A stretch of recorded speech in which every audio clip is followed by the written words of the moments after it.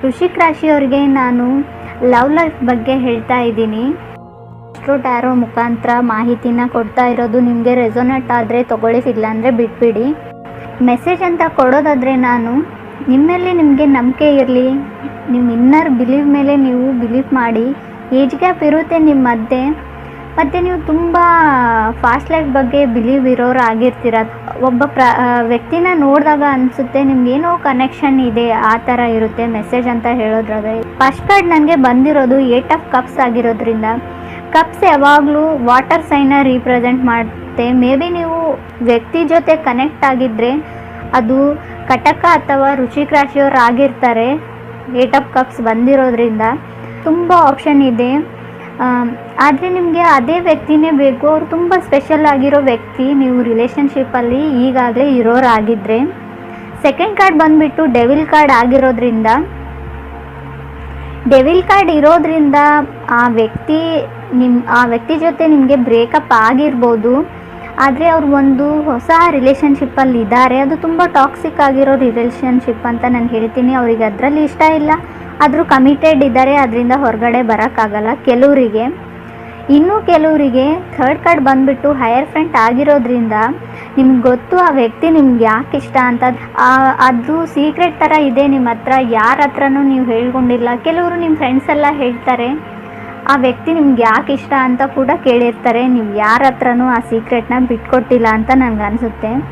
May be higher friend ಬಂದಿರೋದ್ರಿಂದ ಕೆಲವ್ರಿಗೆ ಮಾತ್ರ ಅವರು ಮೀನ ಅಥವಾ ಮಕರ ರಾಶಿಯವರು ಕೂಡ ಆಗಿರ್ತಾರೆ.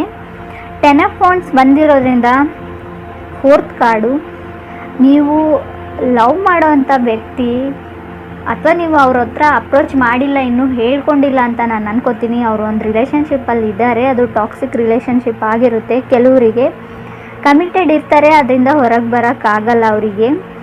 ಇನ್ನು ನಾನು ಸಿಂಗಲ್ಸ್ ಇರೋರಿಗೆ ಹೇಳೋದಾದರೆ 4 ಆಫ್ ಪೆಂಟಿಕಲ್ಸ್ ಕಾರ್ಡ್ ಬಂದಿರೋದ್ರಿಂದ ಅವರು ಭೂಮಿನ ರೀಪ್ರೆಸೆಂಟ್ ಮಾಡ್ತಾರೆ, ಅರ್ಥನ.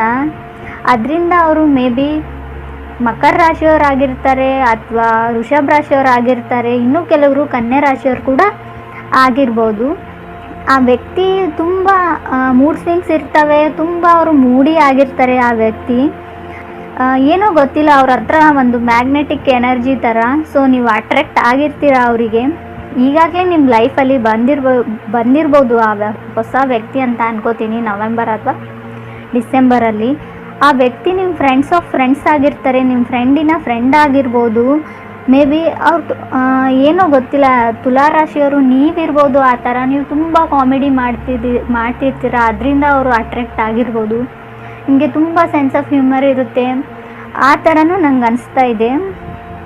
ಮತ್ತು ನಾನು ಹೇಳೋದಾದರೆ 10 ಆಫ್ ಕ್ಲಬ್ಸ್ ಮತ್ತು 9 ಆಫ್ ಹಾರ್ಟ್ಸ್ ಬಂದಿರೋದ್ರಿಂದ ಬ್ಯೂಟಿ ಮತ್ತು ಅಟ್ರಾಕ್ಷನ್ ಒಂದು ಸ್ಟೇಜ್ ಇದ್ದರೆ ಲವ್ ನೀವು ಡಿಫ್ರೆನ್ಸ್ ಅಂತ ಅಂದ್ಕೊಂಡಿರ್ತೀರ. ನಿಮಗೆ ತುಂಬ ಲವ್ ಅನ್ನೋದಾದರೆ ತುಂಬ ಆಸೆಗಳಿರುತ್ತೆ. ತುಂಬ ನೀವು ಬ್ಯೂಟಿನ ಲವ್ನ ಒಂದೇ ತಕ್ಕಡಿಯಲ್ಲಿ ತೂಗೋದಿಲ್ಲ. ನಿಮಗೆ ಲವ್ ಬಗ್ಗೆ ತುಂಬಾ ಡೆಫಿನೇಷನ್ಸ್ ಇವೆ ಅಂತ ನನಗನ್ಸುತ್ತೆ. ಮತ್ತು ನಾನು ಹೇಳೋದಾದರೆ ನಿಮಗೆ ತುಂಬ ಆಪ್ಷನ್ ಇವೆ ತುಲಾರಾಶಿಯವ್ರಿಗೆ, ಆದರೆ ನಿಮಗೆ ಅದೇ ವ್ಯಕ್ತಿನೇ ಬೇಕು. ಚಾರಟ್ಸ್ ಕಾರ್ಡ್ ಕೂಡ ಬಂದಿರೋದ್ರಿಂದ ಕೆಲವರಿಗೆ ಇದು ಒಂದು ಡಿಸ್ಟೆನ್ಸ್ ರಿಲೇಷನ್ಶಿಪ್ ಆಗಿರುತ್ತೆ, ಹೊಸ ರಿಲೇಷನ್ಶಿಪ್ ಕೂಡ ಆಗಿರುತ್ತೆ. ನೀವೇನಾದರೂ ಕಟಕ್ ರಾಶಿಯವ್ರ ಜೊತೆ ಕನೆಕ್ಟೆಡ್ ಆಗಿದ್ದರೆ ಖಂಡಿತ ಅವರು ರೀಲೊಕೇಟ್ ಆಗ್ತಾರೆ, ಅವ್ರು ಹೊಸ ಮನೆಗೆ ಶಿಫ್ಟ್ ಆಗ್ತಾರೆ ಅಥವಾ ಅವ್ರ ಮನೇನ ಕಟ್ಟಿಸ್ತಾ ಇರ್ತಾರೆ. ನನಗನ್ಸೋ ಪ್ರಕಾರ ಖಂಡಿತ ರೀಲೊಕೇಶನ್ ತೋರಿಸ್ತಾ ಇದೆ ಕಾರ್ಡಲ್ಲಿ. ಮೇ ಬಿ ನೀವೇ ಲಾಂಗ್ ಡಿಸ್ಟೆನ್ಸಲ್ಲಿ ಕನೆಕ್ಟ್ ಆಗಿರ್ಬೋದು ಫೋನಲ್ಲಿ ಅಂತ ನಂಗೆ ಅನಿಸುತ್ತೆ. ಸೊ ಕೆಲವರಿಗೆ ಅಪ್ರೋಚ್ ಮಾಡೋಕ್ಕಾಗಿರೋ ರಾಶಿಯವರು ಈ ವರ್ಷ ನಿಮಗೆ ತುಂಬ ಚೆನ್ನಾಗಿದೆ. ನೀವು ಕಮಿಟೆಡ್ ಆಗಿರೋರಾಗಿದ್ದರೆ ಖಂಡಿತ ನಿಮ್ಮ ಮದುವೆ ಆಗುತ್ತೆ ಅಥವಾ ನಿಮ್ಮ ಹೊಸ ವ್ಯಕ್ತಿ ಕೂಡ ಎಂಟ್ರಿ ಆಗುತ್ತೆ ಲೈಫಲ್ಲಿ. ಕೆಲವರಿಗೆ ನೀವು ಮತ್ತೆ ಹಳೆಯ ರಿಲೇಷನ್ಶಿಪ್ಗೆ ವಾಪಸ್ ಆಗ್ತೀರಾ, ಅದು ಕೂಡ ತುಂಬ ಸ್ಟ್ರಾಂಗ್ ಆಗಿರೋ ರಿಲೇಷನ್ಶಿಪ್ ಅಂತ ನಾನು ಹೇಳ್ತೀನಿ. ಖಂಡಿತ ಮದುವೆ ಕೂಡ ಆಗುತ್ತೆ. ಮತ್ತು ಈ ವರ್ಷ ನಿಮಗೆ ತುಂಬ ಚೆನ್ನಾಗಿರೋದ್ರಿಂದ ಹೊಸ ರಿಲೇಷನ್ಶಿಪ್ನ ಹುಡ್ಕೋರಾಗಿದ್ದರೆ ನಾನು ಹೇಳೋದೇನೆಂದರೆ, ನೀವು ಯಾವಾಗಲೂ ಅವರ ಫೋಟೋಗಳನ್ನ ನೋಡ್ತಾ ಇರ್ತೀರ, ಫಿಕ್ಸ್ಗಳನ್ನ. ಮೇ ಬಿ ಫೇಸ್ಬುಕ್ ಆಗಿರ್ಬೋದು, ಇನ್ಸ್ಟಾಗ್ರಾಮ್ ಆಗಿರ್ಬೋದು. ನಿಮಗೆ ಏನೋ ಅಟ್ರಾಕ್ಷನ್ ಗೊತ್ತಿಲ್ಲ, ಮೇ ಬಿ ಮ್ಯಾಗ್ನೆಟಿಕ್ ಎನರ್ಜಿ ಅಂತ ನಾನು ಹೇಳಿದ್ದೀನಿ. ಇದು ಕೆಲವರಿಗೆ ಮಾತ್ರ ನಾನು ಹೇಳ್ತಾ ಇರೋದು, ನನಗೆ ಅನ್ನಿಸ್ತಾ ಇದೆ. ಲೊಕೇಶನ್ ತೋರಿಸ್ತಾ ಇದೆ. ಮೇ ಬಿ ನೀವು ಕೂಡ ಶಿಫ್ಟ್ ಆಗ್ತಿರ್ಬೋದು. ಯಾವುದೋ ಊರಿಂದ ಯಾವುದೋ ಊರಿಗೆ. ಇಲ್ಲಿಂದ ನಿಮ್ಮ ಜರ್ನಿ ಸ್ಟಾರ್ಟ್ ಆಗುತ್ತೆ ಅಂತ ನಾನು ಅಂದ್ಕೊಂಡಿದ್ದೀನಿ. ಮೇ ಬಿ ಅವರು ಹೊಸ ರಿಲೇಷನ್ಶಿಪ್ ಅಂದರೆ ಮಕರ ಅಥವಾ ವೃಷಭ ಅಥವಾ ಕನ್ಯಾ ರಾಶಿಯವರು ಆಗಿರ್ಬೋದು. ನನಗೆ ಸ್ಟ್ರಾಂಗ್ ಫೀಲಿಂಗ್ ಇದು. Thank you friends. ನನ್ನ ಮಾಹಿತಿ ಇಷ್ಟ ಆಗಿದರೆ ನನ್ನ ಚಾನಲ್ಗೆ ಸಬ್ಸ್ಕ್ರೈಬ್ ಮಾಡಿ, ಕಮೆಂಟ್ ಮಾಡಿ, ಶೇರ್ ಮಾಡಿ.